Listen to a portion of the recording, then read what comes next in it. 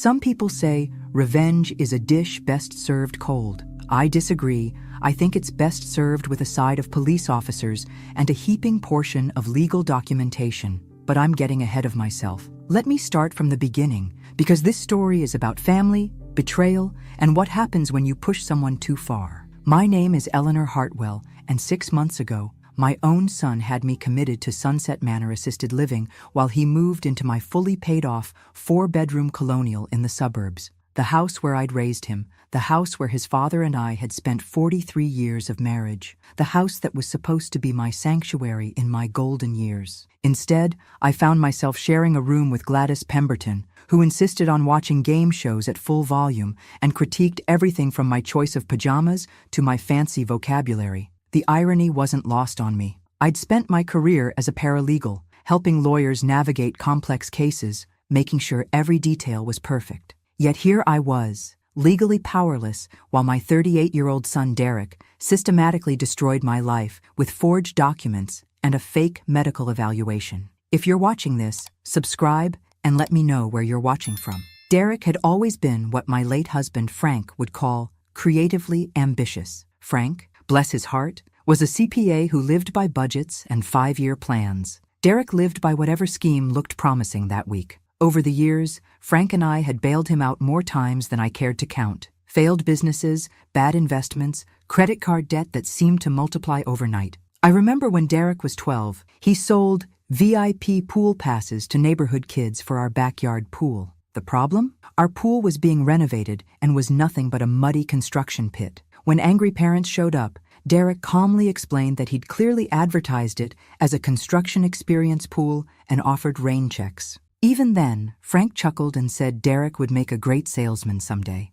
I worried he'd make a great con artist. At 16, Derek forged Frank's signature to skip school for a casino trip with his girlfriend. When confronted, he claimed it was a college visit with educational tours. Frank believed him. I called the casino and learned they had no such program. At 18, Derek convinced us to co-sign for a reliable Honda that turned out to be a modified sports car. It broke down within a month and was repossessed when Derek stopped making payments. During his early 20s, Derek went through his entrepreneurial phase. Home renovation business, food truck venture, online clothing store, all failed spectacularly. Each time, Derek would appear with tears and speeches about how close he'd been to success. Frank would write another check. I'd watch Derek's face and see relief, not shame. At 22, Derek moved back home after his latest business venture, something involving cryptocurrency that he could never quite explain clearly. Went nowhere. He stayed for 8 months, during which time we discovered he'd been opening credit cards using our address without telling us. When confronted, Derek claimed it was a misunderstanding and that he'd planned to tell us but had been waiting for the right time. The right time, apparently, was never going to come. The credit card incident was my wake-up call. I started paying closer attention to Derek's stories, looking for inconsistencies. What I found alarmed me. Derek had developed an almost supernatural ability to justify any behavior, to reframe any failure as someone else's fault, to present himself as the victim of circumstances beyond his control. When I pointed out patterns in his behavior, he'd get angry and accuse me of not supporting him, of being negative and critical. Frank and I had our first real fight about Derek when he was 25. Derek had borrowed money from us to put down a deposit on an apartment, then came back a month later, saying the landlord had illegally kept the deposit and he needed more money for a different place. When I suggested Derek might be lying, Frank was furious with me. "He's our son, Eleanor," he said. "If we don't believe in him, who will?" But I couldn't shake the feeling that Derek's problems weren't bad luck. They were bad choices. And worse, they were becoming calculated choices. At 28, Derek borrowed my car for what he said was a quick errand and returned it 3 days later, dented and nearly empty of gas. His story about helping a friend move across 3 states changed every time he told it. First, the friend was moving from Maryland to Virginia, then it was Maryland to North Carolina. By the third telling, Derek was claiming he'd been helping with a charity move for hurricane victims and couldn't understand why I was being so selfish about wear and tear on an old car. Frank always believed Derek's explanations. "He's got a good heart," Frank would say. "He just needs to find his direction." I started to suspect Derek's direction was always going to involve taking advantage of people who loved him. The pattern became even clearer when Derek got married to Jennifer. She was a sweet girl from a good family, and I could see she genuinely loved Derek. But I also noticed how Derek presented different versions of stories to different people. To Jennifer, he was the victim of demanding parents who didn't understand his entrepreneurial spirit. To us, he was the loving son trying to build a future worthy of his wonderful wife. To his in-laws, he was the ambitious young man working hard to provide for their daughter. Derek had become a master at reading people and telling them exactly what they wanted to hear. What worried me most was that I wasn't sure Derek even knew he was lying anymore. He seemed to genuinely believe whichever version of reality was most convenient at the moment. When Derek and Jennifer's first child was born, Derek went through what I can only describe as a personality transformation. Suddenly, every conversation was about his responsibilities as a father, his need to provide for his family, his concern about their financial future. He started making comments about how Frank and I were sitting on money that could help secure his children's education and future. "I'm not asking for handouts," Derek would say during Sunday dinners. "I'm talking about family investments, multi-generational wealth building. Some families understand that money should work for the whole family, not just get hoarded by one generation." Frank found these conversations inspiring. He'd talk about Derek's mature thinking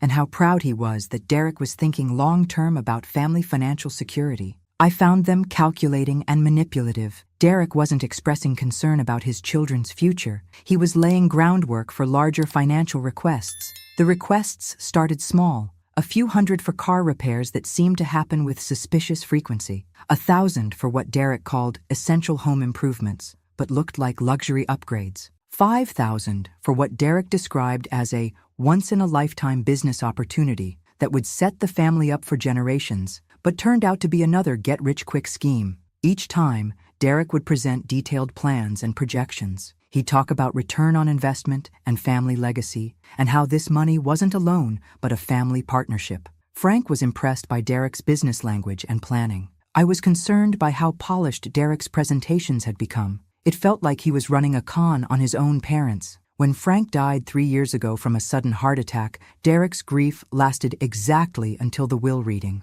Frank had left everything to me: the house, savings, pension, everything. Derek got a modest inheritance, but only after I passed away. I could see the wheels turning in Derek's head during that meeting with the lawyer. "Mom," Derek said afterward, "I think Dad might have made a mistake with the will." You know how confused he was getting toward the end. Frank hadn't been confused at all. He'd been sharp as ever, right up until the heart attack. But Derek's comment made me realize he was already planning his next move. The next few months, Derek became the perfect son. Daily visits, offers to help with finances, suggestions about adding his name to accounts for emergencies. He'd bring Jennifer and their kids for family dinners, where they'd discuss my advanced age and how I might need support systems soon. "We're worried about you living alone in this big house," Derek would say. "What if something happened? What if you fell and couldn't get help? We think you should at least consider your options." Jennifer would chime in with concerns about my forgetfulness or fatigue.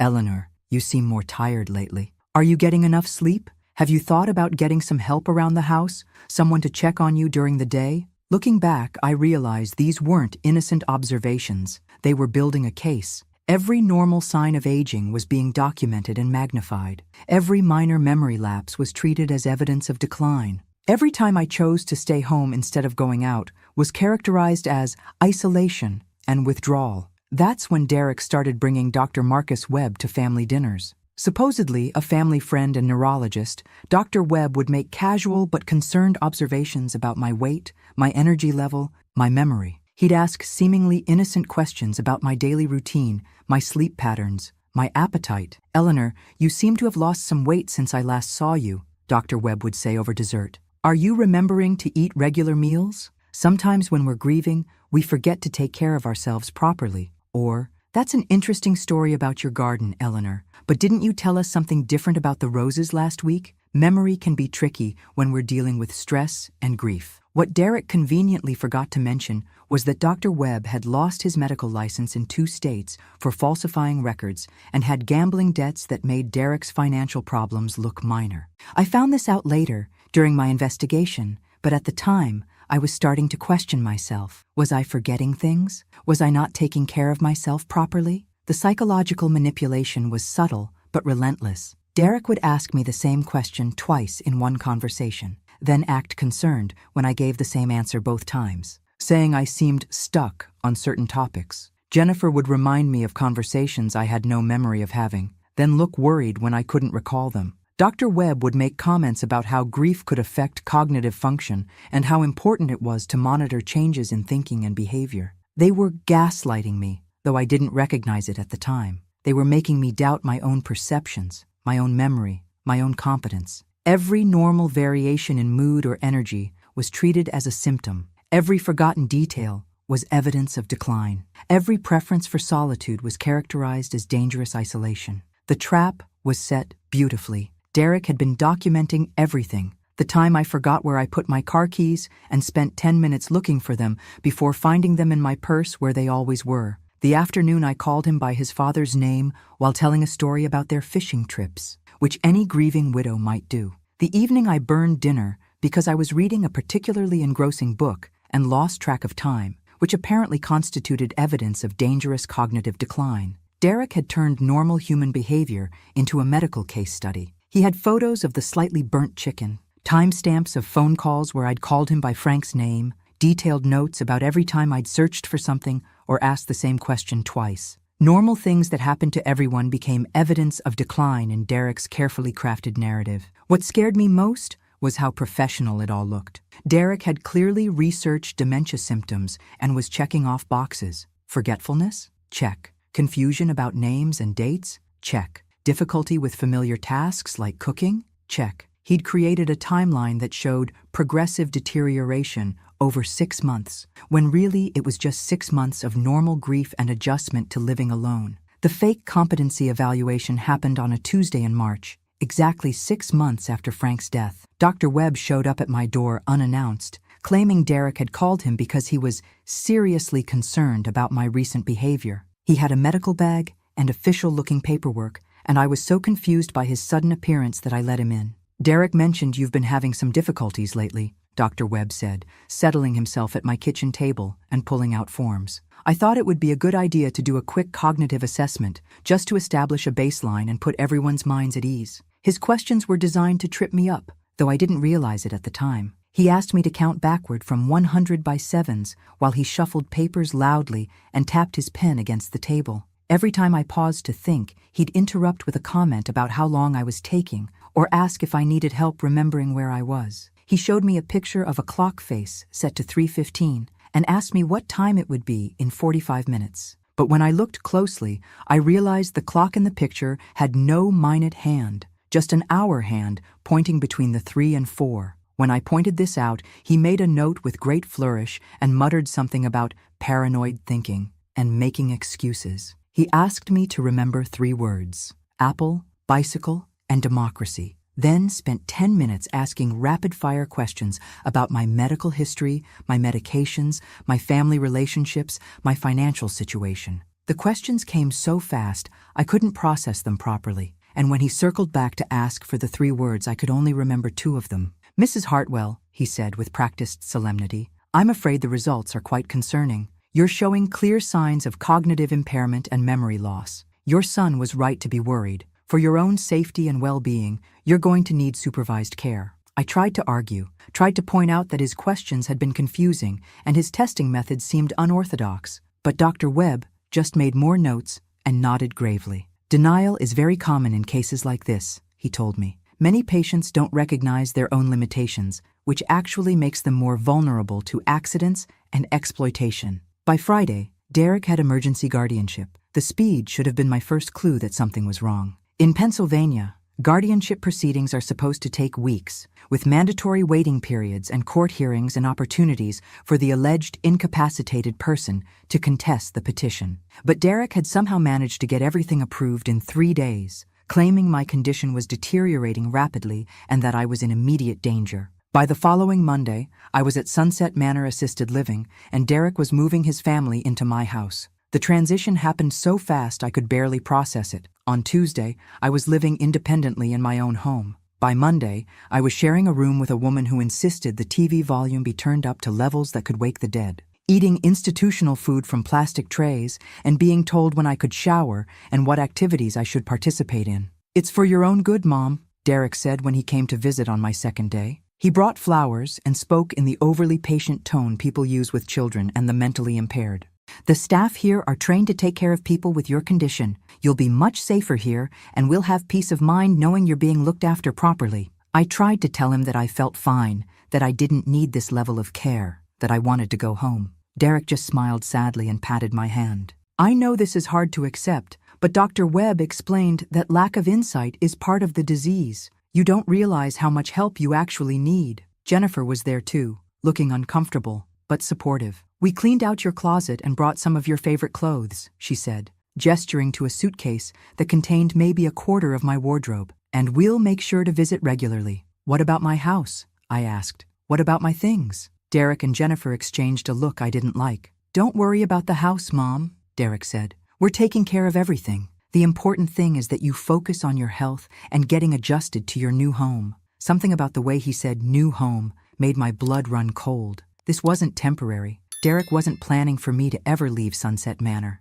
That night, lying in my narrow institutional bed, listening to Gladys snore and the sounds of the night shift making their rounds, I started to understand what had happened to me. Derek hadn't rescued me from a dangerous situation. He'd created a dangerous situation and then rescued me from it. He'd manufactured a medical crisis and positioned himself as the responsible son taking care of his declining mother. But Derek had made one crucial mistake. He'd underestimated me. 30 years as a paralegal teaches you a few things about the legal system. It teaches you that documentation is everything, that there's always a paper trail, and that amateur criminals, no matter how clever they think they are, always leave evidence. It also teaches you that the most important thing in any legal battle is knowing who your allies are and how to build a case systematically. Derek's first mistake was assuming that being at Sunset Manor would isolate me from people who could help. He didn't know that my roommate Gladys was a retired legal secretary who'd worked for the city's most prominent family law firm for 42 years. "Honey," Gladys said to me on my third day,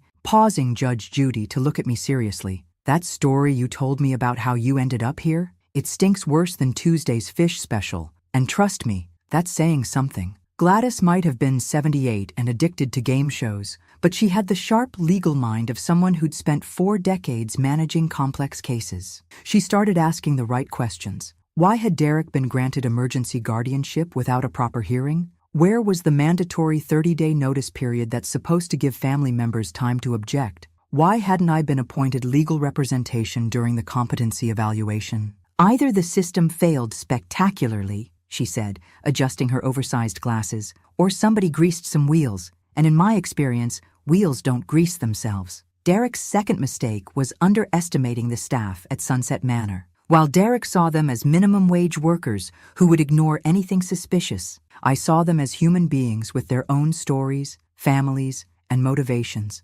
Margaret, the night nurse, was putting herself through law school and had a keen eye for inconsistencies. Bobby, the orderly, was an Army veteran who understood family betrayal. Sister Catherine, the facility director, had spent her entire career advocating for elderly patients who couldn't advocate for themselves. Margaret was particularly intrigued by my case. During her night shifts, when most residents were sleeping and the building was quiet, she'd sit with me at the nurses' station and go over the details of Derek's documentation. "Mrs. Hartwell," she said one night, spreading Derek's papers across the desk under the bright fluorescent lights, "I've seen legitimate competency evaluations, and this isn't one. Look at this timeline here. Your son filed for guardianship before the evaluation was even completed. That's not legal procedure." She pointed to dates and signatures, explaining how the process was supposed to work. "You should have had notice of the petition. You should have had the opportunity to hire your own attorney. You should have had a hearing where you could contest the allegations. None of that happened." Bobby, meanwhile, had his own insights into family betrayal. As a veteran, he'd seen plenty of family members try to take advantage of disabled service members for their disability benefits and VA benefits. "It's always the people closest to you," he told me, while helping me to the physical therapy room. "They figure they know you won't fight back because you love them. That's what makes it so evil. They weaponize your own love against you. Sister Catherine was more circumspect, but I could see the wheels turning in her head. She'd been in healthcare administration for 30 years and had seen every type of family dynamic imaginable. She started asking subtle questions about my medical history, my relationship with Derek, and my understanding of my legal situation. "Eleanor," she said during one of our weekly check-ins, "I want you to know that if you ever feel your rights aren't being respected, there are advocacy services available. Sometimes families make decisions they think are best, but that doesn't mean those decisions are legally sound or in the person's actual best interests." Derek's third and most critical mistake was getting cocky. Within 2 weeks of moving into my house, Derek was posting photos on social media of his new home office, which happened to be Frank's carefully organized study where he'd kept all of our important documents. Derek showed off the renovations they were planning, the new furniture they were buying, and the neighborhood barbecues they were hosting. He was living his best life in my house, on my dime, while I was supposed to be quietly deteriorating in institutional care. But while Derek was playing house, I was playing the long game. My breakthrough came from an unexpected source: Harold Finch, another Sunset Manor resident who'd been a private investigator for 30 years before his stroke. Harold could barely speak, but his mind was razor sharp, and he'd been following my story with interest. During one of our shared meals in the dining room, he slipped me a note written in shaky handwriting. "Check ink dates on signatures. Criminals always mess up details." That's when I realized Derek's amateur hour fraud had left clues everywhere. With Margaret's help, I got access to a computer in the facility's library, supposedly for cognitive therapy, and to help with my memory exercises. Margaret was fascinated by the legal aspects of my case and saw it as real-world experience for her law studies. Together, we started building a counter case, documenting everything we could find about Derek's documentation. The more we dug, the more obvious Derek's fraud became. Wrong pen types for supposed signature dates, medical records with contradictory symptoms. My actual doctor had given me clean cognitive health just weeks before Derek's diagnosis. Gladys, meanwhile, was working her network of legal contacts. 42 years in the legal field meant she knew everyone, and everyone owed her favors. She made phone calls during her social hour time, reaching out to retired lawyers, active paralegals, and courthouse clerks who remembered her fondly. "Honey," she announced one afternoon while Judge Judy blared in the background, "I found your smoking gun." 3 different people at the courthouse remember Derek pressuring them about expedited guardianship procedures. He was asking very specific questions about how to bypass normal waiting periods and notification requirements. That's not the behavior of someone concerned about their mother's well-being. That's the behavior of someone planning a heist. She connected me with Patricia Sanchez, a disability rights attorney who specialized in elder abuse cases. Patricia agreed to meet with me at Sunset Manor under the guise of a legal education seminar that Sister Catherine had arranged for interested residents. Patricia took one look at Derek's paperwork and started laughing. Not polite, professional laughter, but the kind of genuine amusement that comes from seeing something so obviously fraudulent it's almost insulting. "Your son," Patricia said during our first meeting, "is either incredibly stupid or incredibly arrogant. Probably both." The forged signatures were obvious. Derek had practiced my handwriting, but made crucial mistakes with pen types and pressure patterns. Dr. Webb's evaluation used a debunked cognitive test. The timeline contradicted my actual medical records. But Patricia's investigation revealed something even worse. Derek had been running a long con for months. Bank records showed systematic transfers to his accounts, credit cards opened in my name, even a car loan using my social security number without my knowledge. "We have a solid criminal case," Patricia explained. "Elder abuse, fraud, identity theft, forgery. Your son is looking at serious prison time." Now, a reasonable person might have immediately filed criminal charges and let the legal system handle everything. But I'd spent 6 months watching Derek live in my house, sleep in my bedroom, and post photos of himself hosting parties on my deck. I'd spent 6 months eating institutional food, sharing a bathroom with someone who thought Wheel of Fortune was high art, and being patronized by nursing staff who spoke to me like I was a confused child. I wanted more than legal justice. I wanted Derek to feel as powerless and humiliated as he'd made me feel. The inspiration came during one of Gladys's true crime show marathons. We were watching a documentary about white-collar crime, and one of the convicted fraudsters was describing how he'd felt invincible right up until the moment FBI agents walked into his office during a board meeting. "That's it," I told Gladys. Derek feels untouchable because he thinks I'm helpless. He's gotten careless and cocky. He's celebrating his victory while the evidence of his crimes is scattered all over social media for everyone to see. Derek's 39th birthday was approaching, and according to his very public social media posts, he was planning a huge celebration. He'd invited half the neighborhood, all his college friends, extended family members, and even some of his work colleagues. The party was being held at Derek's house, though he was still careful not to explicitly claim ownership in writing, the sly little fraud. That's when I had what you might call an inspiration. Patricia was initially reluctant when I explained my plan. Eleanor, I understand you want to make a statement, but showing up uninvited could complicate our legal position. If we appear vindictive or theatrical, it might hurt our credibility in court. Not uninvited, I corrected. I'm arriving with proper legal documentation, law enforcement witnesses, and media coverage. It's not a confrontation. It's a lawful restoration of property rights with full transparency. Margaret was more enthusiastic. Mrs. Hartwell, that's brilliant. You're not just getting your house back. You're exposing Derek's lies to everyone who believed them. All those people who pitied him for having to care for his declining mother will see exactly what kind of man he really is. Even Sister Catherine, who usually preached forgiveness and reconciliation, seemed intrigued by the plan. Eleanor, I've seen too many families take advantage of elderly relatives. Sometimes public accountability is the only thing that creates real consequences and prevents future victims. It took some convincing, but Patricia eventually agreed that my approach, while theatrical, was perfectly legal. The paperwork restoring my competency and legal rights had been filed and approved. The criminal investigation into Derek's fraud was ongoing, and I had every legal right to reclaim my own property. The preparations took 2 weeks and involved more coordination than D-Day. Patricia worked with the district attorney's office to coordinate the timing. I worked with Gladys to ensure we had media coverage. Her nephew worked for the local newspaper, and one of the night nurses had a daughter who freelanced for the regional television station. Sister Catherine, bless her, arranged for a discharge ceremony that coincidentally coincided with Derek's party timeline. The plan was elegant in its simplicity. I would arrive at Derek's birthday celebration with legal documentation proving my competency, law enforcement to witness the property reclamation, and media to ensure the story reached the public. Derek would be humiliated in front of everyone he'd been lying to, and his fraud would be exposed in the most public way possible. Margaret helped me prepare for the confrontation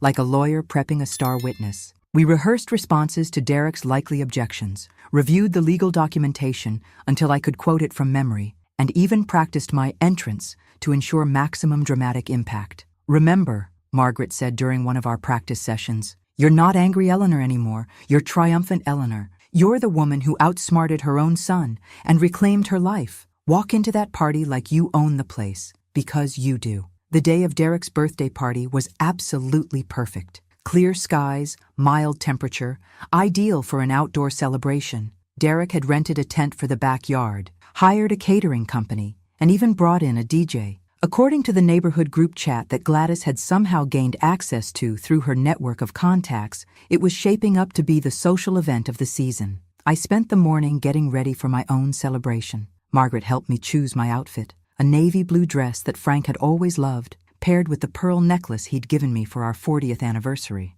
I wanted to look like exactly what I was, a competent, dignified woman who had been temporarily displaced but was now ready to reclaim her life. You look beautiful, Mrs. Hartwell, Margaret said, adjusting my necklace one final time. Your husband would be so proud of what you've accomplished. Patricia arrived at Sunset Manor at 2 p.m. with a folder full of legal documents and a satisfied smile. Everything's in order, she announced. The court has officially restored your competency. Your power of attorney is nullified, and Derek's guardianship is terminated. As of today, you are legally and officially back in control of your life and your assets. The police arrived at 2:30. Detective Rodriguez had been briefed on the situation and understood that while this was technically a civil matter, the fraud and identity theft aspects made it a potential criminal scene. He brought 2 other officers, partly for crowd control and partly because, as he later told me, he'd never participated in such a satisfying restoration of justice. Mrs. Hartwell, Detective Rodriguez said, reviewing the paperwork one final time, I want you to know that what your son did to you was unconscionable. I've been working elder abuse cases for 15 years, and this level of premeditation is rare. You should be proud of yourself for fighting back. By 3 p.m., we had assembled quite an entourage. Patricia and her legal assistant, 3 police officers, a newspaper reporter, a television crew, Sister Catherine as a character witness, and Gladys, who had insisted on coming along for what she called the best entertainment I've seen in decades. "Honey," Gladys said, applying fresh lipstick in the back seat of Patricia's car, "I wouldn't miss this for anything. This is better than anything they show on court TV." The caravan of cars pulling up to my house created exactly the kind of commotion I had hoped for. Derek's party was in full swing. I could hear music, laughter, and the sound of people enjoying themselves on my property, eating food purchased with my money, celebrating the birthday of a man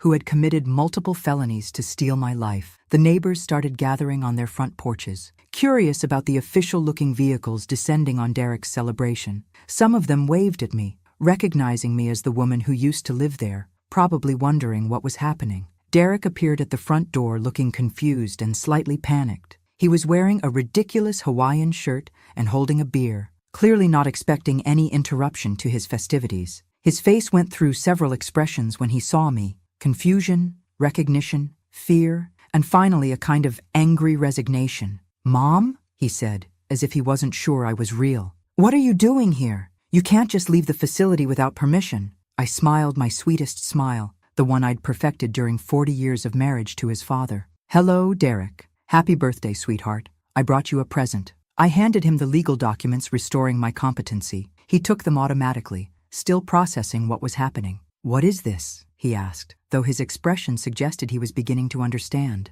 "It's my sanity," I said cheerfully. "Turns out I never actually lost it. Funny how that works." Detective Rodriguez stepped forward, badge clearly visible. "Mr. Hartwell, I'm Detective Rodriguez. We need to discuss some irregularities regarding your guardianship documentation and your mother's living situation." By now, the party guests had begun gathering around, drawn by the obvious drama. I recognized several neighbors, some of Derek's college friends, and a few family members who looked mortified to be witnessing this scene. Jennifer emerged from the backyard, carrying their youngest child and looking pale. "There's been a mistake," Derek said, his voice rising slightly. "My mother has dementia. She can't live independently. The courts agreed. That's why I have legal guardianship." Patricia stepped forward with a second folder. "Actually, Mr. Hartwell, the courts have reviewed your documentation and found significant irregularities. Your mother's competency evaluation has been invalidated and your guardianship has been terminated.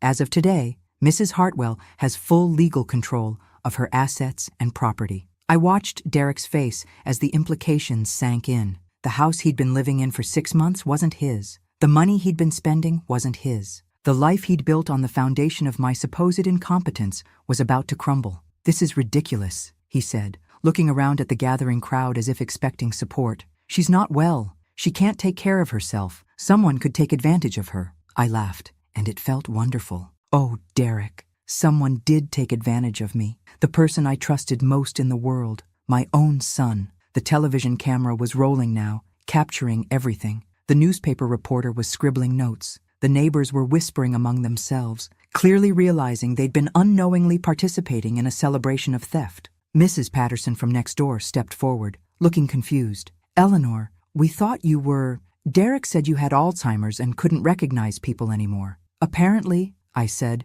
turning to address the gathering crowd. "My son has been telling quite a few stories about my condition. The truth is, I'm as sharp as I ever was. Sharp enough to figure out that he forged my signature on legal documents, bribed a disgraced doctor to declare me incompetent, and stole my house while I was illegally committed to a nursing home." A murmur went through the crowd. These people had believed Derek's lies, had probably pitied him for having to care for his demented mother while enjoying his beautiful new home. Now they were realizing they'd been celebrating with a criminal. "I'm going to need you to vacate the premises, Mr. Hartwell," Detective Rodriguez said formally. "This property belongs to your mother, and she's exercising her right to reclaim it." "You can't just kick me out," Derek protested. "I have nowhere to go. My family lives here now." "Funny," I said, pulling out my phone and scrolling through his social media posts.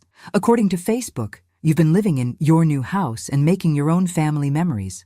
I assumed you'd purchased this property. Were you lying to your friends about owning this house, Derek? The crowd was completely silent now. Even the DJ had stopped the music. Jennifer appeared at Derek's side, looking pale and carrying their youngest child. Eleanor, she said carefully, surely we can work something out. Derek was only trying to help you. He was protecting your interests. I turned to Jennifer with genuine curiosity. Protecting my interests by forging my signature on legal documents? By having me declared incompetent based on a fraudulent medical evaluation? By moving into my house and spending my money while I shared a nursing home room with someone who thinks game shows are documentaries? You don't understand, Derek said desperately. You were confused. You were making bad decisions.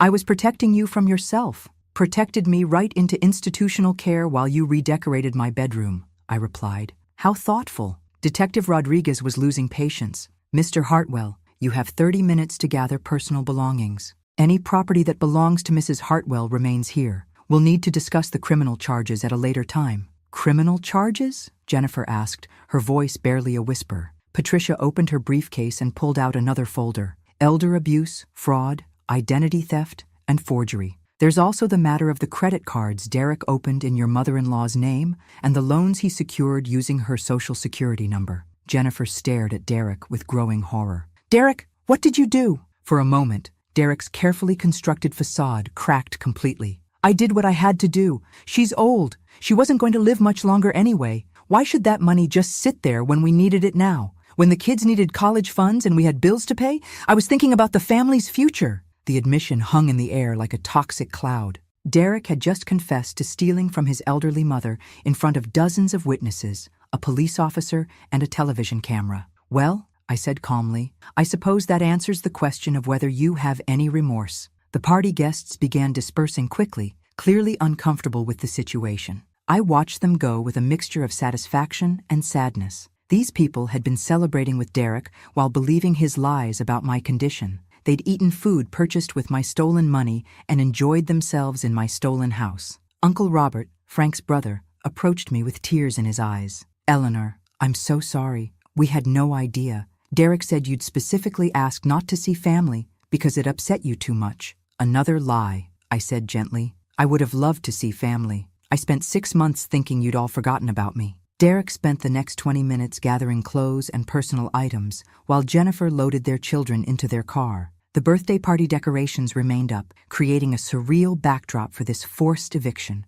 The rented tent, the catering table full of food, the DJ equipment, all of it a monument to Derek's hubris. As Derek carried his final box to the car, he stopped in front of me one last time. I hope you're happy, he said bitterly. You've destroyed your own family, Mom. You've made your grandchildren homeless. I studied his face, looking for any sign of genuine remorse or understanding of what he'd done. I saw only self-pity and anger. Derek, I said quietly, I didn't destroy this family. You did, the moment you decided to steal my life instead of building your own. You had choices. You could have asked for help. You could have been honest about your financial problems. You could have worked with me to find solutions. Instead, you chose to commit fraud, elder abuse, and identity theft. Those were your choices, not mine. He stood there for a moment, perhaps waiting for me to soften, to offer forgiveness or assistance. When it became clear that wasn't happening, he walked away. The police cars left. The news crew packed up their equipment. Patricia stayed to help me assess what had been damaged or removed from the house. It was mostly intact, though Derek had clearly gone through Frank's office and removed several important documents. Those would be recovered as part of the criminal investigation. As the sun set, I found myself standing in my own living room for the first time in 6 months. The furniture was mostly the same, though Derek had rearranged things to his taste. The family photos had been removed from the mantelpiece and replaced with pictures of Derek's family. My books had been packed away to make room for his electronics. It would take time to restore the house to the way I liked it. It would take longer to process the betrayal, to understand how my relationship with my son had deteriorated to the point where he could justify stealing my entire life. And it would take much longer to decide whether forgiveness was possible or even advisable. But as I stood in my own home, legally competent and financially independent, I felt something I hadn't experienced in months: freedom. The local news aired the story that evening. Elderly woman reclaims life after son's fraud scheme. The newspaper ran a longer piece the next day, focusing on the broader issues of elder abuse and the warning signs families should watch for. Derek's story became a cautionary tale about greed, desperation, and the dangers of underestimating elderly family members. The legal consequences for Derek were significant. The criminal charges included elder abuse, fraud, identity theft, and forgery. The civil penalties included full restitution for the money he'd stolen, plus damages for emotional distress and legal fees. His fraudulent guardianship also triggered an investigation into Dr. Webb, who lost his remaining medical license and faced his own criminal charges. Derek eventually plea bargained to avoid prison time, accepting 5 years of probation, community service, and a permanent restraining order preventing him from contacting me or accessing any of my financial accounts. He was also required to undergo financial counseling and psychological evaluation. Jennifer filed for divorce 6 months later. She moved back to her mother's house with the children and started the process of rebuilding her life. I felt sorry for her and the kids. They were victims of Derek's fraud, as much as I was, in their own way. The house felt different after everything that happened. It was still my home, but it carried the weight of betrayal now. I considered selling it and starting over somewhere else, but that felt too much like letting Derek win. Instead, I made changes. I renovated Frank's office, turning it into a bright studio space where I could pursue the photography hobby I'd never had time for during my working years. I converted Derek's old bedroom into a library. I had a security system installed and changed all the locks. Most importantly, I made new friends. The experience at Sunset Manor had shown me that there were people everywhere, fighting their own battles, overcoming their own challenges, proving that age doesn't mean irrelevance. Margaret finished law school and now works for Patricia's firm, specializing in elder advocacy. Gladys and I maintained our friendship, though she moved to a nicer facility closer to her daughter. Sister Catherine and I correspond regularly, and I've become a volunteer advocate for nursing home residents who might be experiencing abuse or exploitation. Harold Finch, the retired private investigator who'd given me the tip about checking ink dates, became one of my closest friends. Despite his speech difficulties, we developed a way of communicating that worked for both of us. He helped me understand how to spot fraud patterns, and I helped him with legal research for cases he consulted on from his nursing home. The birthday party invasion became legendary in my neighborhood. People still mention it at block parties and community events. Remember when Eleanor reclaimed her house with police backup? It's become shorthand for not underestimating people based on age or appearance. Mrs. Patterson, my next-door neighbor, later told me she'd suspected something was wrong, but didn't know how to address it. Derek's story never quite added up, she said. You went from being perfectly normal to supposedly having severe dementia overnight. That's not how Alzheimer's works. I learned something important during those 6 months at Sunset Manor. Being elderly doesn't mean being helpless. Having health challenges doesn't mean being incompetent. And being betrayed by family doesn't mean being defeated. Sometimes it just means finding out who you really are when everything familiar is stripped away. Derek occasionally attempts to contact me through intermediaries, usually around holidays or when he's having financial troubles. He wants reconciliation, forgiveness, a return to the family relationship we once had. But some betrayals are too fundamental to overcome. When your own child decides you're worth more to them legally dead than actually alive, when they're willing to steal your freedom, your dignity, and your autonomy for money, that's not a family relationship worth preserving. I don't miss Derek. I miss the son I thought I had, the man I hoped he might become. But the person who forged my signature and had me declared incompetent isn't my child in any meaningful sense. He's just a criminal who happened to share my DNA. The money Derek stole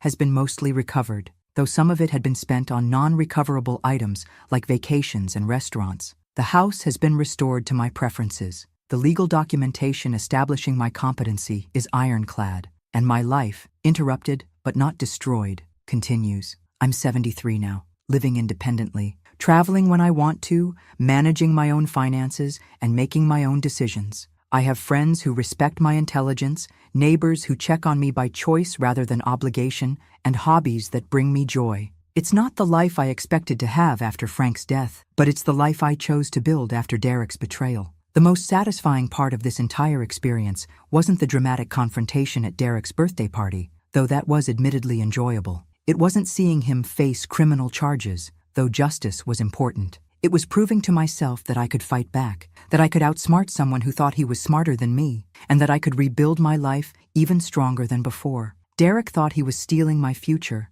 Instead, he gave me the opportunity to discover exactly how strong, resourceful, and determined I really am. That might not have been the birthday gift he intended to give me, but it's the one I'll treasure most. Sometimes people ask me if I regret not trying to work things out with Derek privately, if the public humiliation was necessary. My answer is always the same. Derek didn't steal from me privately. He stole from me systematically with premeditation and with the help of accomplices. He lied to family, friends, and neighbors about my condition. He celebrated his theft publicly, posting photos of his life in my house on social media. Why should his downfall be any less public than his crime? The truth is, Derek needed to be exposed, not just for my sake, but for the sake of other elderly people who might be targeted by similar schemes. Elder abuse thrives in silence and shame. It depends on victims being too embarrassed or hopeless to fight back. By making my story public, I helped other families recognize the warning signs and gave other victims the courage to speak up.